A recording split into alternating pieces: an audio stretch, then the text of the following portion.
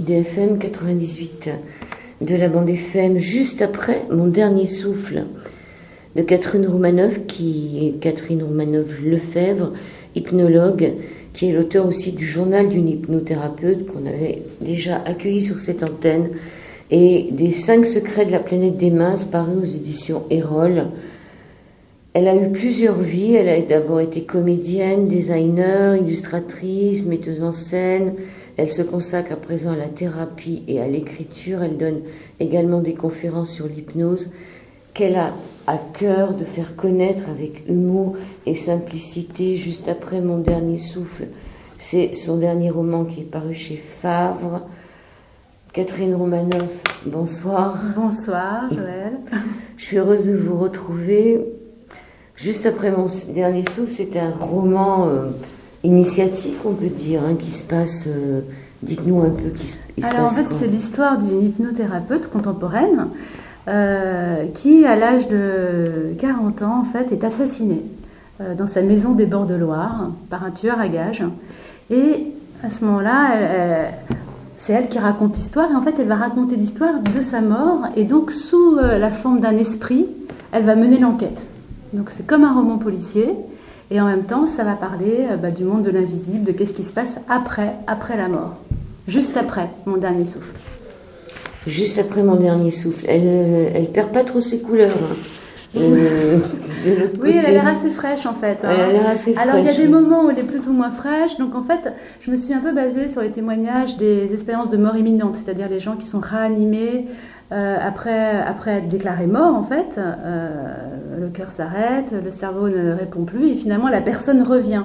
Et donc ces personnes qui maintenant commencent à parler, parce qu'avant c'était un petit peu tabou, les gens ne comprenaient pas, on croyait que c'était des hallucinations qu'ils avaient pu avoir alors que leur cerveau n'était plus irrigué. Là maintenant ça commence il y a eu pas mal de témoignages et grâce à ça on a un petit peu qu'est-ce qui se passe après. On a un peu des idées sur qu'est-ce qui se passe après. Et ce qui est assez étonnant dans les expériences de mort imminente, c'est que les gens, qu'importe leur culture, qu'ils soient américains, qu'ils soient asiatiques, qu'ils soient européens, vont raconter un petit peu la même chose. Donc il y a plusieurs étapes. La première étape, il y a la revue de vie. C'est-à-dire que les gens vont revoir les moments les plus importants de leur vie. Donc j'ai un peu suivi ce fil directeur, puisque Alison Flaherty, mon héroïne, va d'abord justement voir des flashbacks sur les moments importants de sa vie. Et donc on va pouvoir suivre ce qui s'est passé avant. Oui, parce qu'elle essaye de comprendre pourquoi elle a été assassinée. Absolument. Et par qui. Et oui. Et par qui, c'est important. Alors Alison, en vérité, son vrai nom, c'est Alice. Oui, parce qu'en fait, au départ, elle est française. Et puis, elle va faire ses études... Elle est normande, je crois. Oui, elle va faire ses études, absolument. Elle va faire ses études aux États-Unis. Et elle va faire des études d'agronomie qui n'ont rien à voir avec son futur métier, qui sera thérapeute, hypnothérapeute. Et là-bas, elle va découvrir l'hypnose. Donc, on a un petit peu sa découverte de l'hypnose. C'est en ce sens que c'est initiatique, puisqu'on va apprendre des choses vraiment sur l'hypnose. Et elle est confrontée à des expériences qui ne sont pas évidentes, avec des phénomènes hypnotiques ou des phénomènes qui se passent pendant une séance d'hypnose, qui va vraiment la questionner sur les régressions. Est-ce qu'on peut retourner dans ses vies antérieures ? Comment ça se passe en hypnose ? Voilà. Donc, c'est un grand débat sur les régressions dans les vies antérieures et comment ça peut venir changer notre vie actuelle. Alors, vous parlez de l'abrécation. Oui, de l'abréaction. Alors, l'abréaction, c'est quand en séance c'est l'abréaction. Oui. En séance d'hypnose, quand une personne va retrouver finalement quelque chose de très émotionnel. C'est-à-dire, c'est une très forte réaction émotionnelle. Et c'est ce qui lui arrive avec une de ses premières clientes, qu'elle met en hypnose dans le but de perdre du poids, donc quelque chose de très très classique en hypnose, et cette personne-là va revivre une scène d'un passé fort lointain, puisqu'elle est une petite fille qui fait une promenade en barque avec son oncle, et on ne sait pas trop ce qui se passe, mais en tout cas elle meurt noyée. Donc ça pose question en disant comment on peut revivre cette mémoire-là. Quelle est cette mémoire ? Est-ce que c'est la mémoire d'une vie antérieure ? Est-ce que c'est la mémoire de quelqu'un de sa famille ? Est-ce que c'est une mémoire comme ça qu'elle a attrapée et de quelle façon ? Donc voilà, ça parle en fait, ça pose la philosophie, ça dessine les contours de ce qu'on appelle l'hypnose spirituelle. Oui, alors ça c'est un monsieur qui s'appelle l'hypnose spirituelle, 10% seulement en France. 60% aux États-Unis. Oui. Est-ce que vous pouvez nous la définir un peu? Alors, l'hypnose spirituelle, c'est vraiment le parcours de l'âme. C'est peut-être considérer que les problèmes qu'on rencontre dans la vie actuelle, alors évidemment certains problèmes, n'ont pas forcément des causes qui sont dans cette vie-là, c'est pas forcément des traumatismes qui sont de cette vie-là, mais peut-être d'une vie antérieure. Et à ce moment-là, on porterait dans cette vie-là, sans savoir pourquoi, finalement un traumatisme très ancien. Et donc ça peut faire, par exemple dans notre vie actuelle, des schémas répétitifs. Et donc à ce moment-là, ça peut être très thérapeutique d'aller dans ses vies antérieures pour dénouer ce qui s'est passé avant, pour se libérer de son karma. Voilà. Et ça, vous le pratiquez? Oui, absolument. Donc c'est vraiment une discipline particulière. Donc on s'intéresse à l'âme, aux blessures de l'âme, et c'est pas sur plusieurs générations, mais c'est plusieurs générations de vie antérieure. On va rechercher des ressources. On peut aussi bien rechercher des ressources dans les vies antérieures. Et quand on arrive sur des conflits, des traumas, on va les améliorer on va les changer, les transformer en fait, puisque ça ne va plus gêner personne qu'on transforme quoi que ce soit, puisque c'est une expérience où tout le monde est mort, si c'est passé au XIIIe siècle par exemple. On va transformer l'impression qu'on a gardé la personne, la perception qu'on a gardé la personne. On va changer l'histoire. On va changer, alors on peut changer l'histoire bien sûr, mais c'est surtout la perception qu'on a la personne. Et de temps en temps on est obligé de changer l'histoire pour changer la perception. Alors quand vous dites que ça n'a pas d'importance de travailler dans le passé, on dit pourtant que si on travaille, nous, sur tous ces conflits, ça va aider les générations futures. Oui, alors en fait ça dépend, hein. Il y a plein de façons d'envisager le travail thérapeutique. On peut très bien, dans certains cas on peut dire on s'en fiche de ce qui s'est passé avant, ce qui nous intéresse c'est maintenant et aller vers notre objectif. Et de temps en temps on est obligé d'aller, jusqu'aux racines en fait, pour travailler sur les racines. Alors c'est très intéressant cette hypnose spirituelle qui fait des régressions dans les vies antérieures. Mm-hmm. Comment se passe une séance? Alors, vous voulez dire dans la vraie vie, dans mon travail d'hypnothérapeute? Dans la vraie vie, oui. Alors moi, je démarre pas par une séance d'hypnose spirituelle au départ. Je fais une rencontre avec la personne et je vois c'est quoi son objectif, quelles difficultés elle rencontre et si ça peut être une d'hypnose classique, une séance d'hypnose classique ericksonienne, je vais plutôt là-dessus. C'est quand on a un problème qu'on n'arrive vraiment pas à résoudre qu'on va faire cette régression. Donc c'est très simple, hein, c'est un état d'hypnose et puis on fait des suggestions de régression en fait, hein, ça peut être tourner un calendrier à l'envers, ça peut être partir du symptôme en fait. On part du symptôme et on va remonter, faire un pouls somatique en partant de la sensation physique pour aller, par exemple, quelqu'un qui aurait par exemple des sensations d'étouffement, on peut partir sur ces sensations d'étouffement et puis demander quand la première fois ça s'est produit. Donc ça a pu très bien se produire dans cette vie-là, mais ça peut être tout à fait aussi une autre histoire.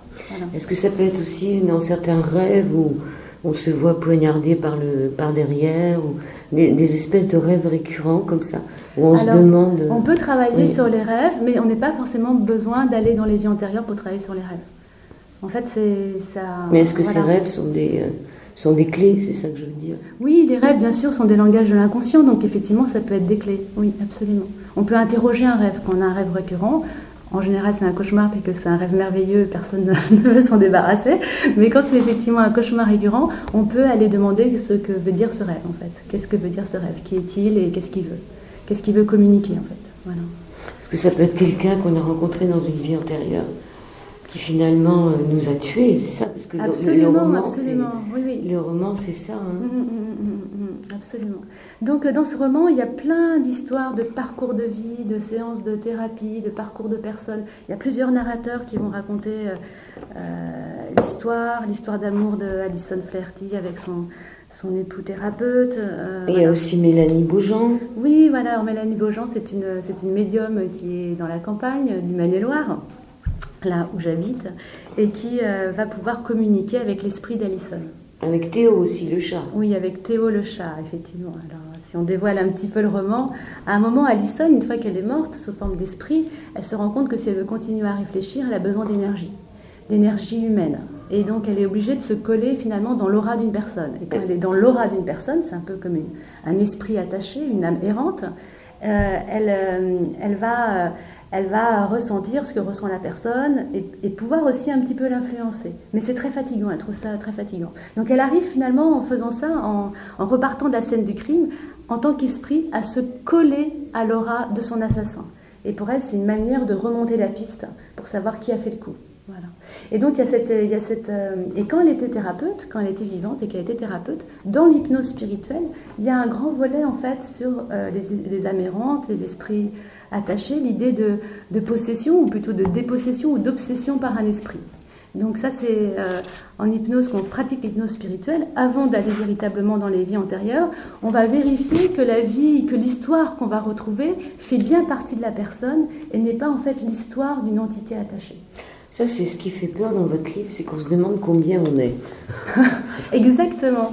Et donc l'hypnose spirituelle sert à être vraiment soi-même, c'est-à-dire à se débarrasser de ce sentiment qui fait qu'on n'a pas l'impression d'être vraiment soi-même.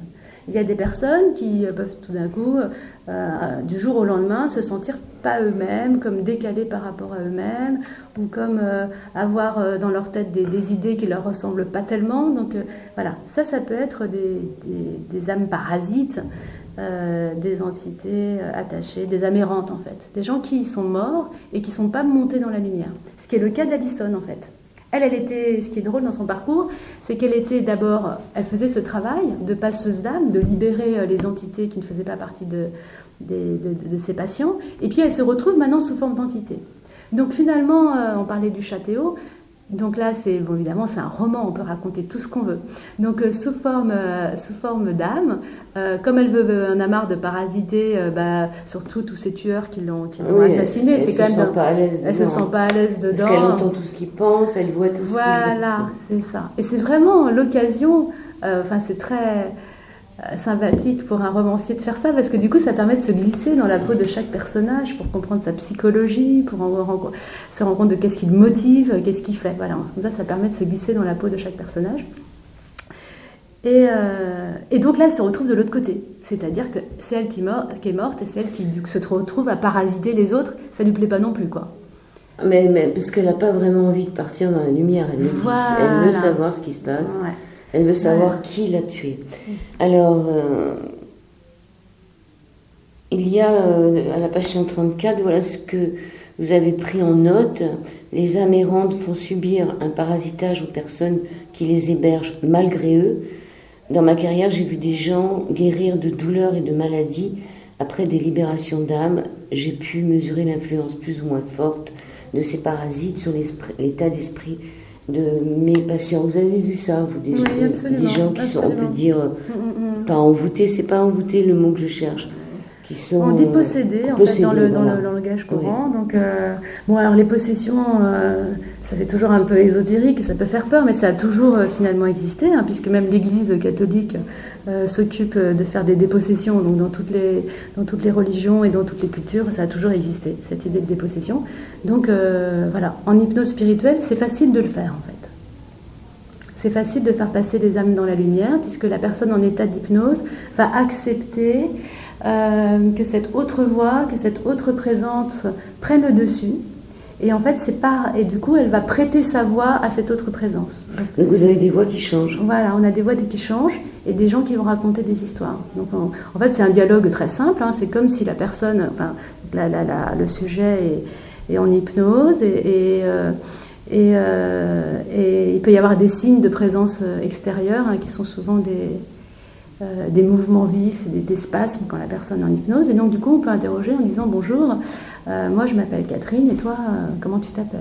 Et donc une femme peut dire « Je m'appelle Robert. » Ça ne fait pas peur, ça. On se croirait dans Ghost avec la médium. Il peut y avoir un petit peu de ça. Donc de temps en temps, c'est un peu spectaculaire. Ça ne fait pas peur. Non, parce que est-ce que la personne a des tremblements? Elle peut avoir des tremblements parce qu'elle peut revivre, elle peut revivre les émotions de cette autre mémoire. C'est-à-dire qu'on peut avoir quelqu'un qui est mort écrasé, par exemple dans un accident de la route, et la personne en hypnose peut ressentir un écrasement au niveau de sa poitrine, par exemple. Ou sentir le couteau qui se plante dans le dos. Oui, mais ce qui est intéressant dans ce genre de choses, c'est que c'est un état très fugitif. C'est-à-dire c'est juste le temps d'avoir l'information. On a l'information et on ne reste pas dans cet état de douleur. Donc, ce qui est très étonnant, c'est justement le changement d'émotion qui peut être extrêmement rapide, puisqu'il y a la mémoire qui a cette émotion-là. Et en même temps, la personne, c'est pas vraiment elle, donc elle l'a pas vraiment, quoi. Elle a l'information, en fait. Je continue à la page 134, elle dit maintenant que je suis de l'autre côté, pas du miroir, mais de la vie. Je me rends compte de la nécessité absolue de trouver un support d'énergie. Je n'ai pas le choix, il faut que je parasite un être vivant. Théo, donc le chat, me convient tout à fait. Deuxièmement, la possibilité pour les esprits de se déplacer en pensée à l'aide d'informations très formelles sur les lieux, les noms des personnes, les nombres, comme si tout l'univers était chiffré. Ça, c'est intéressant parce que quand on part dans la lumière, on est partout où l'esprit veut aller. Voilà. Donc c'est un petit peu ça. Donc moi, je me suis basée effectivement sur les récits des personnes qui ont fait des sorties de corps et qui racontent un peu des choses comme ça. Voilà. Mais là, vous allez plus loin parce que oui, vous utilisez les nouvelles technologies pour vous déplacer. Absolument. Et en fait, finalement, les thérapeutes qui travaillent en énergie, en magnétisme, ils arrivent à travailler à distance. Donc moi, ça m'a toujours fascinée en disant, mais comment c'est possible de travailler à distance ? Oui. Ils se concentrent sur une photo, ils se concentrent sur un prénom, ils se concentrent, voilà. Et ils arrivent à travailler à distance. Donc j'ai un peu transposé ça dans le monde de l'au-delà en pensant que Alison, une fois sous une forme d'esprit, elle se concentre sur quelqu'un et chou, à la vitesse de la lumière, elle y va. Elle y va, voilà. Ça c'est certain. Elle va même à Enghien d'ailleurs. Oui, absolument. Plusieurs fois, elle va à Enghien-les-Bains. Absolument. Elle va au casino. Oui. Absolument. Dans l'ancien casino. Oui, là, donc alors là, c'est non seulement elle se déplace sous forme d'âme, mais en plus, elle fait une régression. Elle est embarquée par une autre entité parasite, par une âme errante, qui l'emmène dans son histoire et qui lui fait voir son histoire, qui lui fait vivre son histoire. Donc à un moment, puisque finalement elle est là nouvellement dans l'au-delà, fraîche et innocente, elle ne sait pas trop qu'est-ce qu'on peut faire et qu'est-ce qu'on ne peut pas faire dans l'au-delà. Elle n'avait jamais poussé ses études jusque-là en fait. Et pour elle, voilà, il y avait la vie, puis après il y avait la lumière, et donc elle n'avait pas pensé exactement à qu'est-ce qui pouvait se passer de façon plus précise. Donc là, elle est dans l'entre-deux, puisqu'elle n'est pas dans la lumière, et en même temps elle est morte. Et dans ce bas astral, c'est un peu le terme technique qu'emploient les gens dans le monde du paranormal ou de l'ésotérisme, dans ce bas astral, il y a d'autres entités qui traînent, et donc là elle se fait happer par une âme parasite qui l'emmène dans son histoire et qui l'emmène à Enghien-les-Bains, au casino, où il y a la scène dramatique de sa vie, en fait. Mais dans l'ancien casino, parce que là, ce que vous décrivez, c'est pas le nouveau casino. Non, c'est vraiment, on est en 1900 et quelques. Ouais. Et ça, c'est intéressant. Donc, Enghien est cité dans le livre. J'ai retrouvé des cartes postales de l'ancien casino qui m'ont inspiré pour les descriptions de ce lieu. Alors, elle donne des conférences, Alice, elle donne des conférences. Elle rencontre un jeune homme qui lui dit moi, j'ai pas peur de la mort, j'ai plutôt peur de la vie. Ça m'a plu, ça, cette phrase. Il est un peu déphasé. Oui, il est un peu déphasé. Il subit la vie plutôt que de la vivre.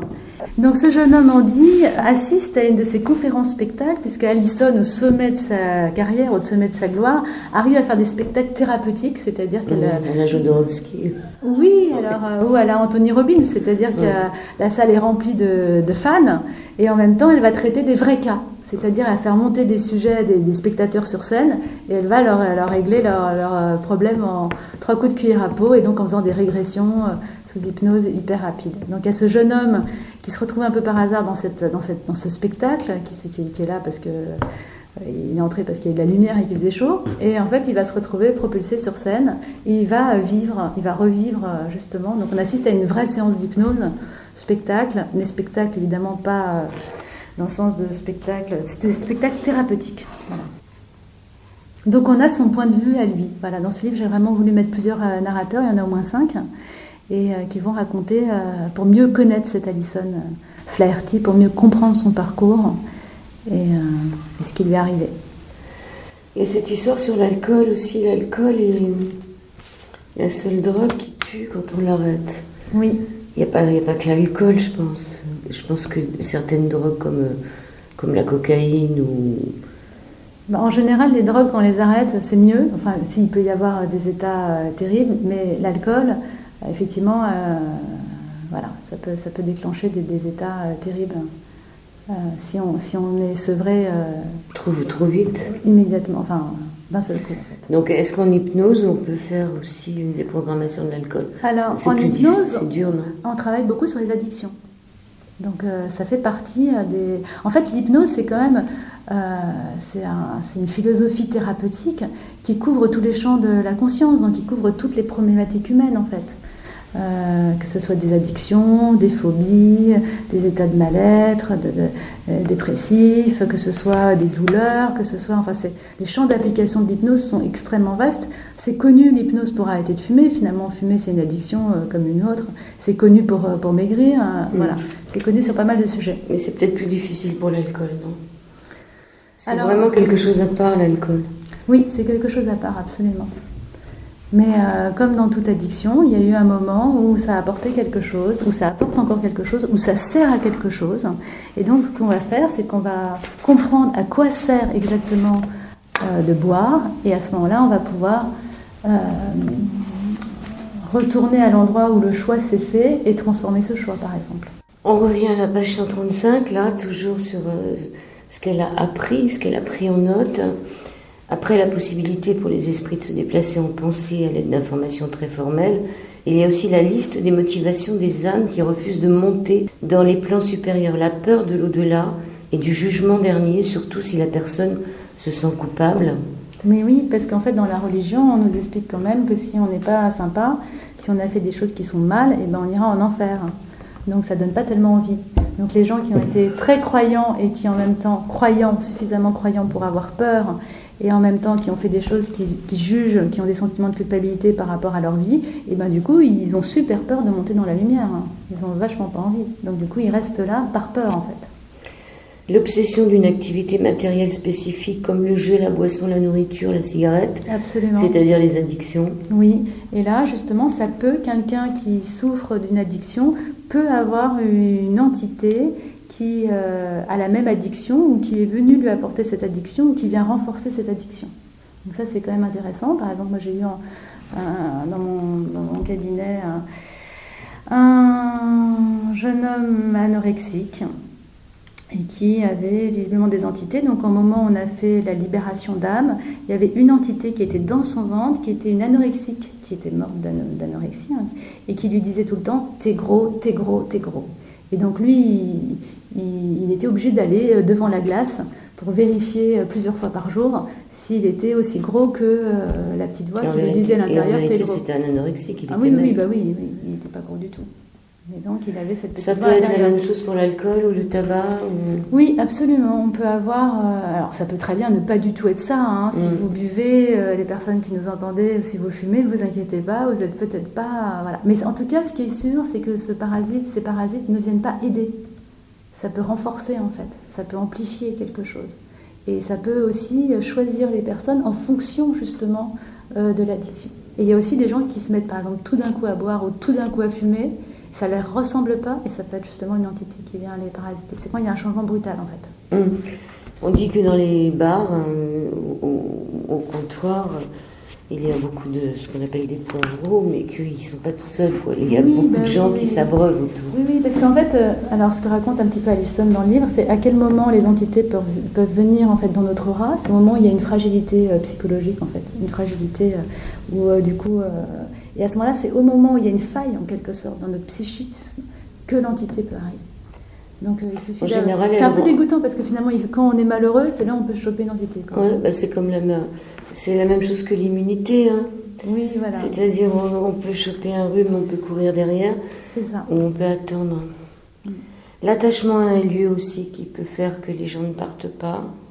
Voilà. Ouais. La vengeance, la rancœur, la colère envers une personne.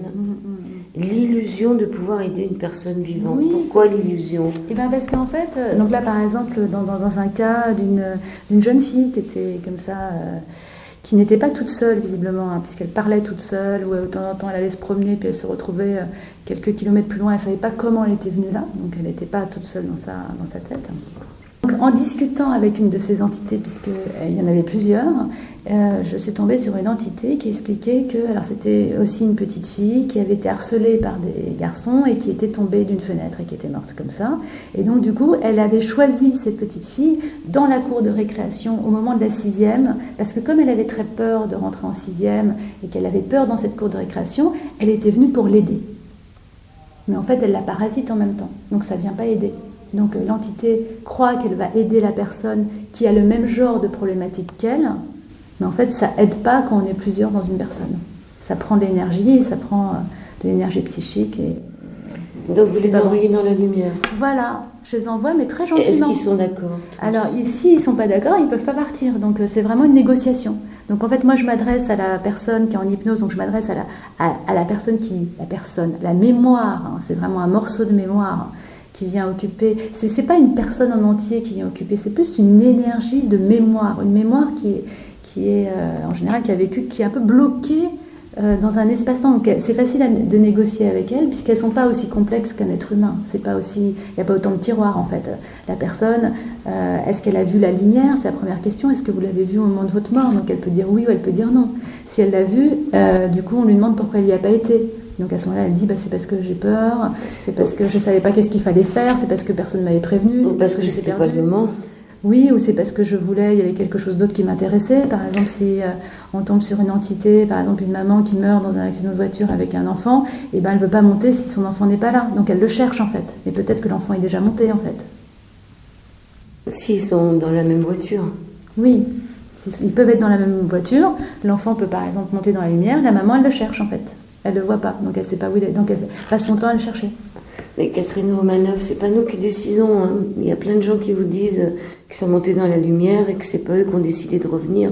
C'est-à-dire que même pour ceux qui ont vu la lumière et qui s'y trouvaient très bien, il n'y a rien ils n'avaient pas envie de redescendre. Donc qui prend la décision? Alors je ne saurais pas répondre à cette question. Je n'ai pas toutes les réponses aux questions. Et par contre, mon livre, justement, est un petit peu est-ce que c'est vrai? Est-ce que c'est pas vrai? Qu'est-ce qui compte? Qu'est-ce qui compte pas? Donc voilà, moi, je n'ai pas du tout toutes les connaissances. Je ne suis pas médium. Je n'ai pas vécu d'expérience de mort imminente ni de voyage astral, même si j'en raconte. Donc voilà, je raconte, c'est avant tout un roman. C'est un roman qui est bien détaillé, en tout cas, on y apprend beaucoup de choses. Le dernier point sur la liste des motivations des âmes qui refusent de monter dans les plans supérieurs, l'inquiétude pour un proche qu'elle laisse derrière elle, c'est ce que vous disiez, ou pour une maman qui aurait un enfant qui ne serait pas mort, mais qui aurait deux enfants, qui aurait un accident de voiture. Oui, ou alors elle veut rester pour protéger son enfant qui est encore en vie, par exemple, il peut y avoir ça. Voilà. Et c'est une illusion. En fait, elle ne peut pas incorporer son enfant. Mais est-ce que ça va l'aider, son enfant, d'être incorporé? Est-ce qu'un enfant, ça peut être aidé à être incorporé par une femme? Est-ce que on peut penser aux anges, quelque part? Oui, alors c'est différent en fait. Ouais. Alors c'est deux choses différentes. Les anges gardiens, les guides, ça peut être aussi des proches qui sont décédés, mais à ce moment-là, j'allais dire en général, ils ont fait un parcours dans la lumière, et puis après ils sont redescendus pour aider quelqu'un. Là, on est dans le bas astral. Les gens, ils n'ont pas connu la lumière. Ils restent scotchés avec leur terreur, leur peur, leurs angoisses, en fait. Ils ne sont pas forcément aidants. Alors, ça se présente comme un petit courant d'air frais, quelque part, vous dites.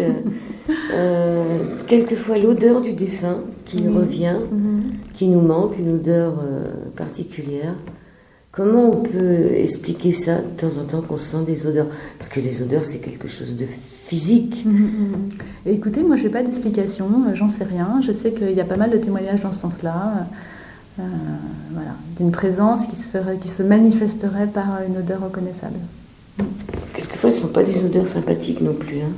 Oui, mais reconnaissables en tout cas. Alors, l'importance de savoir comment il est mort et dans quel état d'esprit. Oui.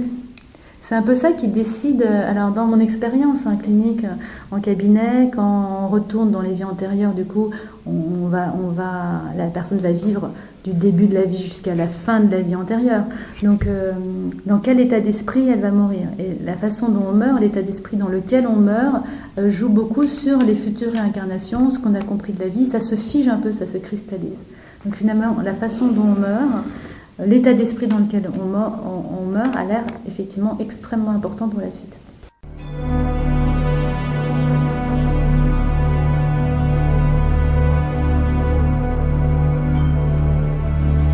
Sur les 98 MHz de la bande FM, chargez-vous en ondes positives.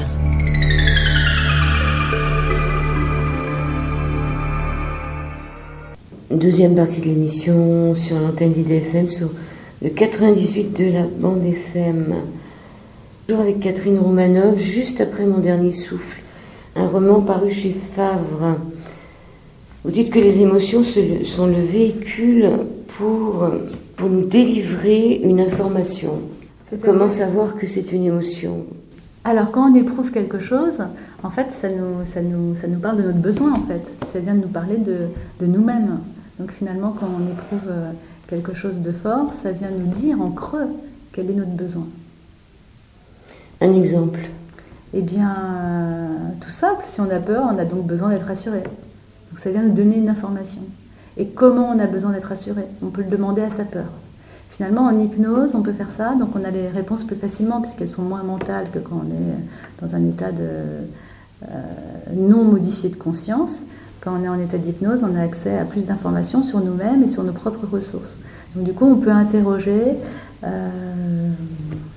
on peut rassurer finalement les parties qui sont inquiètes, les parties qui sont anxieuses. On peut leur demander aussi de quoi elles ont besoin exactement, en fait. D'accord. Est-ce que vous pouvez parler de Brian Weiss, psychiatre américain né en 1945, qui est connu pour l'utilisation de l'hypnose pour mener des régressions, mais aussi comme le pionnier des progressions dans le futur? Oui, alors Brian Weiss, en fait, il était donc psychiatre et puis il s'est intéressé un petit peu à l'hypnose et justement, il a eu une patiente qui est rentrée très très facilement en hypnose. Il y a des vidéos sur YouTube qu'on peut retrouver, qui s'appelle Catherine et qui donc a été dans les vies antérieures et c'est donc du coup, c'est un des premiers à en avoir parlé en fait. À la fin de l'ouvrage, je mets une bibliographie sur toutes ces personnes qui ont parlé d'énergie, qui ont parlé de médiumnité, qui ont parlé de la PNL, de l'hypnose, et aussi des régressions et des progressions. Donc voilà, et donc Brian Weiss s'est dit, si on peut aller dans le passé, pourquoi on ne pourrait pas aller dans le futur? Donc il a développé en fait des protocoles pour aller se promener dans le futur. Il n'est pas le seul d'ailleurs. Et ça, vous le faites aussi? Ça, je n'ai pas trop pratiqué encore, non. Non. Ça peut être intéressant. Est-ce que finalement, si on peut aller dans le futur, c'est qu'il n'y a pas, le temps n'existe pas? Si on peut aller dans le passé et dans le futur, ça voudrait dire que le temps n'existe pas? Oui, alors effectivement, on peut penser ça, on peut penser que le temps n'existe pas. Mais dans ce futur-là, en fait, le futur est modifiable. C'est un peu comme quand on va voir une voyante et la voyante vous dit vous allez rencontrer un beau brun. Voilà. Alors du coup, on va regarder tous les bruns par en dessous en disant tiens, est-ce que ça serait celui-là? Tiens, ça serait pas celui-là, etc. Donc quelque part, la prédiction vient changer le futur. Donc le futur serait modifiable par rapport à la prédiction. En fait, moi je trouve que les progressions dans le futur, ça peut être intéressant par rapport à un choix de vie. Par exemple, je sais pas moi, une femme qui n'arriverait pas à quitter son mari et qui, son mari, je sais pas, il est de la barre, enfin j'en sais rien, donc c'est une situation compliquée. Et donc du coup, on peut lui faire vivre le futur de cette vie-là pour bien lui montrer que ça va pas s'arranger, par exemple. Et on peut peut-être lui montrer carrément les incidences que ça peut avoir dans la vie d'après. Parce que si elle n'arrive pas à résoudre son conflit avec son mari, si ça se trouve, elle va le retrouver dans la vie d'après. Donc c'est non seulement foutu pour cette vie-là, mais c'est peut-être foutu pour les vies d'après. Donc là, ça peut faire prendre conscience qu'il y a peut-être quelque chose à faire tout de suite, parce que pourquoi ça durerait encore et encore? À quoi ça sert tout ça? Mais de toute façon, à quoi ça sert de revivre toujours la même vie? Enfin, de revivre toujours, d'être toujours un pion sur l'échiquier, c'est-à-dire que à quoi ça sert tout ça en ce moment? Ça sert justement à se libérer de tout ça.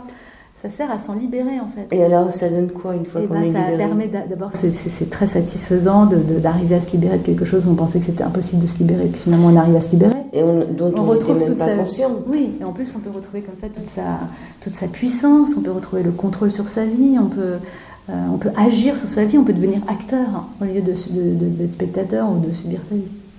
Donc c'est quand même l'enjeu est quand même très important. Elle se rend compte, Alice, quand même, à un moment qu'elle est jalouse. Oui, bien sûr, bien sûr, bien sûr. Alice est comme toute personne humaine et a énormément d'émotions, a plein d'émotions. Elle a un parcours particulier et elle est très très jalouse d'une femme qui tourne autour de son mari. En plus, elle la trouve très belle, avec une très jolie poitrine, très attirante, très douée, et elle est très très jalouse de cette femme. Donc beaucoup de thérapie dans ce livre et aussi sur la question de savoir combien de temps dure une thérapie. Certaines personnes adhèrent au fait que les changements ne sont pas rapides. Donc en ce qui concerne l'hypnose... L'hypnose fait partie des thérapies brèves, donc le changement est censé être immédiat, profond et durable. C'est vraiment la définition des thérapies brèves. C'est-à-dire qu'on n'est pas obligé de traîner son problème toute sa vie. Mais certaines personnes continuent à penser que... Certaines personnes continuent à penser, parce qu'il y a plein de formes de thérapie différentes. Et je crois qu'il y a plus de 350 thérapies qui ont été répertoriées. Donc il y a quand même le choix. Donc chacun va trouver non seulement le type de thérapie par rapport au travail qu'il a envie de faire, mais aussi son thérapeute en fait. Le monde est vaste, il y a plein de façons de s'y prendre différemment. Donc les gens qui considèrent qu'il faut y aller toutes les semaines vont trouver un thérapeute qui considère qu'il faut y aller toutes les semaines. Et les gens qui considèrent que 3 séances, ce serait bien pour se libérer de tout ça, vont choisir un thérapeute qui fait ça en 3 séances. Et qu'est-ce que vous pensez de la médiumnité en salle? Il y a tout un passage aussi dans votre livre. Oui, donc là je décris une séance de médiumnité comme le font les médiums qui travaillent pour des associations et qui vont parler aux défunts de personnes qui se trouvent dans la salle en fait. Comme la salle Kardec ou à Paris. Oui, voilà. Rousseau. Bien sûr. Qu'est-ce que vous en pensez de ça? Moi je suis assez fascinée parce que je crois bien qu'il y a des vrais médiums qui parlent vraiment à des vrais défunts qui sont liés aux vraies personnes qui sont dans la salle. Donc moi je crois à la réalité de tout ça. Alors est-ce que ces défunts dont les médiums arrivent à discuter avec sont des gens qui sont dans la lumière ou c'est des gens qui sont restés dans le bas astral? Alors pour les médiums ce sont des gens qui sont dans la lumière. Et ceux qui sont dans le bas astral ils ne peuvent pas communiquer avec eux? Alors si, ils peuvent communiquer avec eux. Et à ce moment-là, ils auraient plus des infos sur la personne. En fait, il y a des médiums, il y a plusieurs types de médiums. Il y a des médiums qui ont des infos sur les personnes qui viennent les consulter par des entités qui sont dans le bas astral. Et quand on parle à un défunt véritablement qui est lié à la personne, le défunt serait dans la lumière. Et moi, je connais une médium, elle s'appelle Florence Hubert, elle m'expliquait que si la personne était morte trop récemment, c'était difficile parce qu'elle n'était pas encore montée dans les plans supérieurs. Il faut qu'il se soit passé quelques mois pour que la personne soit dans les plans supérieurs et donc à ce moment-là, c'est plus facile pour elle de communiquer avec cette personne. Et elle communique par l'intermédiaire de son propre guide. D'accord, et pour ces entités qui seraient en bas, elles peuvent dire des bêtises. Il y a toutes sortes d'entités qui sont en bas, il y a des entités farceuses, il y a des entités qui se font passer pour quelqu'un d'autre, il y a des entités qui sont moqueuses, et souvent, justement, en séance de libération d'âme, les entités les plus farceuses, les plus moqueuses, c'est souvent des adolescents qui viennent se moquer, en fait. Alors, des adolescents, ça voudrait dire que là-haut, ils avancent pas, parce que dans votre livre, il y a des histoires d'enfants aussi, oui, qui restent des enfants. Alors, ça voudrait dire que là-haut, on reste sur son apparence physique. Alors là, c'est pas là-haut, là, on est dans le bas astral. Hein. Là, je parle des dépossessions. Les dépossessions, c'est vraiment pour les personnes qui sont coincées dans cet entre-deux, qui sont pas montées dans la lumière. Alors, quant à de qu'est-ce qui se passe dans l'au-delà, écoutez, franchement, j'en sais rien, j'y suis jamais allée. Et le jour où j'irai, je ne pourrai pas témoigner comme souvent. Ça se passe. Vous êtes médium, vous pourrez communiquer. Oui. Ce qui est intéressant, c'est qu'on dit aussi, pour nous rassurer, que là-haut, on nous voit sur notre plus bel aspect, c'est-à-dire la trentaine, 30-35 ans, là où on est complètement épanoui. Donc, c'est bizarre que des enfants resteraient enfants et en même temps, on a une régression. Oui, alors vous avez effectivement noté peut-être quelques incohérences. Maintenant, c'est elle qui le perçoit comme ça. Mais c'est elle qui voit la forme. C'est elle qui voit la forme de son père.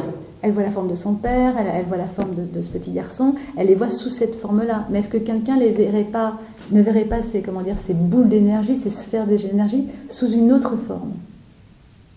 Il y a l'énergie qui est là, il y a l'énergie de ces âmes qui sont là, et il y a la façon de le percevoir. Donc on peut imaginer qu'on peut le percevoir d'une façon ou d'une autre. Est-ce que je l'ai déjà dit, ça, la phrase d'Einstein? Non. Qui est en début de livre, je crois en une énergie après la mort, tout simplement parce que l'énergie ne peut pas mourir, elle circule, se transforme et ne s'arrête jamais. Albert Einstein, donc une énergie... C'est la même, elle est toujours là, mais elle adopte des formes différentes en fait. Donc dans la pièce là où nous enregistrons cette émission, il pourrait y avoir eu des choses qui se passent. Il pourrait y avoir des entités qui viennent écouter, il pourrait y avoir des guides spirituels qui viennent ici pour nous protéger, il pourrait y avoir beaucoup de choses en fait, oui.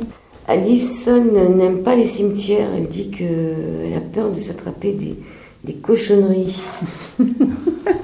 Elle dit le mot cochonnerie? Non, Oui. elle dit pas le cochonnerie. Donc de son vivant, elle aimait pas les cimetières parce qu'elle a l'impression que là, il peut y avoir vraiment beaucoup d'entités errantes. Donc ça lui faisait peur d'aller dans des cimetières. Elle Aussi dit bien qu'elle va que- attraper des Voilà, entités. elle a peur, ouais, effectivement, de s'attraper des choses dans les cimetières ou même dans des lieux de culte, dans les églises, voilà. Ah, dans les églises Oui, aussi, voilà. ça c'est pas dans le livre. Hein. Non.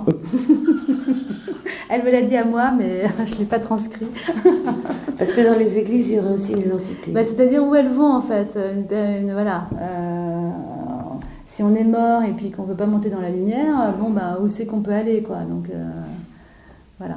On peut aller dans les... Bah, il y en a beaucoup, pareil. Parce que je dis dans le livre, par contre, un peu plus loin, dans les hôpitaux. Parce que les gens meurent et du coup, ils sont morts, ils se demandent où ils peuvent très bien ne pas savoir qu'ils sont morts, donc ils se demandent où est leur corps. Ou dans les maisons de personnes âgées. Voilà, donc ils vont rester là où ils sont morts. Qu'est-ce qu'on pourrait faire pour eux alors? Eh ben, est-ce que ça pourrait être en fait, des faudrait nouveaux déjà, soignants qui soient dans les hôpitaux? peut-être communiquer, parce que finalement tout le monde va mourir, donc tout le monde peut être concerné de qu'est-ce qui se passe après. Si de toute façon c'est un espèce de pari, soit il se passe un peu comme le pari de Pascal, soit il se passe rien, donc voilà. Mais s'il se passait quelque chose, il faudrait une sorte de petit mode d'emploi en fait. Comment mourir en étant apaisé et tout simplement savoir qu'une fois qu'on est mort et qu'on ne peut plus bouger son corps, donc on est mort. Et bien à ce moment-là, il y a une lumière qui se présente et on n'a qu'une seule chose à faire, c'est foncer tout droit dans la lumière. Pas forcément, parce qu'il y a eu aussi des cas de mort imminente avec des enfers. Hein. C'est pas que des bonnes choses. Oui, c'est vrai, absolument. Ouais. Dans le livre des morts tibétains, ils décrivent 40 jours d'enfer, 40 jours d'enfer pour les âmes avant de monter sur un plan supérieur. Donc voilà. Donc différentes traditions peuvent raconter différentes choses. 40 jours, c'est pas grand-chose pour l'éternité. Hein. Voilà. Ça passe en 5 minutes. Allez, dernière partie de l'émission sur l'antenne d'IDFM. Toujours avec Catherine Romanoff. Nous parlons de ce qui se passe juste après son dernier souffle. On était en train de se dire, nous sommes sur l'antenne d'IDFM, nous étions en train de nous dire que ça serait bien de mettre des après-soignants dans les hôpitaux, les maisons de retraite, des gens qui... Ben, c'était le rôle du curé avant. Mais oui, parce que vous dites qu'ils sont dans les églises, mais c'était le rôle du prêtre de faire une extrême onction et de libérer les âmes finalement. Donc c'est quelque chose qu'il faudrait remettre en place. Alors moi, d'une manière laïque, ça va être compliqué. Oui, mais moi je suis pas dans le il faut, mais voilà. Moi je trouve que donner l'indication en disant une fois que vous êtes mort, pensez à aller dans la lumière, je trouve que ça serait déjà pas mal. Ouais, mais moi je l'ai dit on peut le dire à des personnes qui ont très très peur. Oui. En fait, ce livre est assez rassurant. Moi, je trouve, bon, alors évidemment, ça parle de choses un peu bizarres, etc. Mais il est quand même assez rassurant parce que l'idée de dire que la fin n'est pas forcément la fin, mais le début d'autre chose. Oui, il se termine bien, mais il y a des moments où on est quand même assez glacé. Oui. Mais il y a un peu de suspense. C'est pas parce qu'on va dire à une personne qu'elle va aller vers la lumière qu'elle risque de rencontrer ses défunts. Enfin, qu'elle risque. Ça lui fait très peur, parce que si elle a fait des cochonneries, enfin si elle a fait des saloperies dans sa vie, elle n'a pas du tout envie de les revoir en face d'elle. Parce qu'en fait, dans la lumière, il y a l'amour. Oui. C'est pas du tout la lumière qu'on imagine. Justement, il n'y a pas de jugement, il n'y a pas de bien, il n'y a pas de mal. Bien, on est dans la lumière, dans l'amour inconditionnel, en fait. Je sais bien, mais il faut l'accepter. C'est-à-dire, quand vous êtes en train de mourir, si vous n'avez jamais eu de spiritualité, et que d'un seul coup, vous êtes au seuil de la mort, et que ça m'est arrivé, j'ai accompagné une femme qui n'était pas du tout dans la spiritualité, et je lui disais, tu risques tu peux peut-être rencontrer ta sœur, ta mère, etc. Et elle me disait, je vois rien. Et après, je lui dis, tu sais, si tu vois la lumière, surtout, laisse-toi conduire, quoi, laisse-toi conduire. Et elle était cramponnée, elle était dans la terreur. Donc c'est pas évident. Ouais. Bah oui, justement, donc les personnes qui sont dans le bas astral, souvent elles sont dans la terreur en fait. Elle n'était pas morte encore. Elle allait mourir. Elle n'avait pas envie d'y passer, mais la mort, c'est quand même la plus grande peur. C'est quand même la plus grande peur. Il y a très peu de gens qui meurent complètement apaisés, avec un grand lâcher-prise, en disant c'est bon, finalement dans ma vie j'ai fait tout ce que j'avais à faire, j'ai accompli tout ce que j'avais à accomplir, j'ai donné tout ce que j'avais à donner, j'ai reçu tout ce que j'avais à recevoir. Donc à ce moment-là... C'est des morts programmées, c'est-à-dire qu'on dit qu'on a fini son travail et qu'on s'en va. Voilà, et là c'est des morts apaisées. C'est des morts apaisées. La meilleure des morts, c'est de s'endormir le soir dans son lit avec une belle robe et tout, en se mettant les mains déjà sur le hara, et de s'endormir et de ne pas se réveiller. Il y a des gens qui arrivent à... Il y a des gens qui arrivent à faire ça. Il y a des gens qui se consument aussi. Vous avez entendu parler de ça? Oui, absolument. Ouais. C'est bien, parce que ça évite l'enterrement. Ça évite de payer une incinération. Ils se transforment en cendres. Avec nos bidons en fer blanc, on descendait chercher le lait. À la ferme au soleil couchant, dans l'odeur des soirs de juillet. On avait l'âge des confitures, des billets, des îles au trésor. Et l'on allait cueillir les mûres en bas, dans la ruelle des morts. Le but de la thérapie, c'est quand même que la personne se sente bien. Hein. Oui. C'est qu'elle se sente mieux. Donc forcément, les gens qui viennent vous voir, ils se sentent pas bien. Ah oui, ça, Ou est-ce qu'il y en a certains qui sont simplement curieux de savoir... Les gens, ils viennent parce que bon, il faut payer la séance quand même, donc c'est pas que du tourisme, hein, donc les gens en sont motivés. Et souvent, ils ont déjà eu un long parcours avant, et ils viennent vers l'hypnose un peu... en dernier recours. Ça arrive, mais c'est quand même rare. C'est pas intéressant quelqu'un qui viendrait pour curiosité, pour connaître l'état d'hypnose, pour voir qu'est-ce que ça fait. Ça fait quelque chose, hein, ça détend, c'est un état de relaxation extrêmement agréable. Mais voilà. Il y a peu de touristes. Hein. Qu'est-ce que c'est que la DIA, la Defense Intelligence Agency, elle existe? Oui, c'est bien sûr, ça existe pour de vrai. Donc effectivement, les services secrets américains ont consacré beaucoup d'argent à toutes ces choses curieuses et ésotériques comme la délocalisation de la conscience, donc la médiumnité, pour savoir justement si ça pouvait servir à des fins de défense, c'est-à-dire pour le gouvernement américain. C'est quand même pratique, quand on ne sait pas où se cache Saddam Hussein, de faire appel à des médiums qui arrivent à se déplacer pour se concentrer sur Saddam Hussein et pour dessiner, ce qui, comme ça s'est passé, l'endroit où il s'était réfugié. Ça fait à peur, donner hein. les coordonnées... ça fait un peu peur quand même. GPS. Donc les États-Unis, effectivement, Et les Russes aussi, ils ont beaucoup travaillé. Bien sûr. Et sûrement les Chinois aussi. Voilà. Donc en fait, ils l'ont dit, ils l'ont révélé. Bon, c'était secret évidemment, donc ils l'ont révélé après. Et donc là, il y a sans doute peut-être d'autres programmes qui courent, mais qui ne sont pas révélés, puisque c'est tout à fait secret. Il y a déjà la reconnaissance faciale qui fait qu'on vous reconnaît, ça c'est les Chinois qui ont mis ça au point, qu'on va vous reconnaître dans une foule. Ça fait quand même un peu peur, hein. On est quand même très ciblé. On peut avoir peur de beaucoup de choses. Mais on peut aussi ne plus avoir peur. Et se libérer de ses peurs. Oui, donc en voyage astral, il y a un passage sur le voyage astral. Marco, donc, qui est dans le livre, a été formel. En voyage astral, comme son nom l'indique, on voyage avec son corps astral. C'est un de nos 7 corps énergétiques qui est composé d'une certaine substance atomique. On peut passer à travers les murs, se déplacer par la pensée, etc., etc. Et il précise un peu plus loin, il précise que la forme pensée est insacible au moment où la personne est disponible. Ça, c'est important. Alors, il y a un petit peu de choses dans ce que vous venez de dire. Donc, il y a les voyages astro. Oui. Moi, j'en ai pas fait, donc je me suis documentée sur des livres qui avaient été faits. Et en hypnose, vous n'avez pas pu en faire? Ah non, je pense que c'est pas fait pour ça, l'hypnose. On peut explorer des choses, on peut aller explorer des choses qui étaient inconscientes, mais on ne va pas se promener ailleurs. C'est-à-dire que vous ne quittez pas le corps en vous voyant du haut? Non, pas du tout. Pas du tout, on ne fait pas ça. Et vous n'avez jamais essayé de faire décoller les gens? Non. D'abord, je suis très à l'écoute en tant que thérapeute de ce que veut la personne, de son objectif. Et personne ne m'a demandé ça. Et le jour où on me demande ça, et de toute façon, je ne sais pas le faire, donc je ne le ferai pas. C'est en dehors de mon champ de compétences à l'heure actuelle. Mais quand vous faites une séance d'hypnose, il y a la personne, il y a vous, mais il n'y a pas une troisième personne aussi qui vous aide. En général, il y a toujours 3 personnes.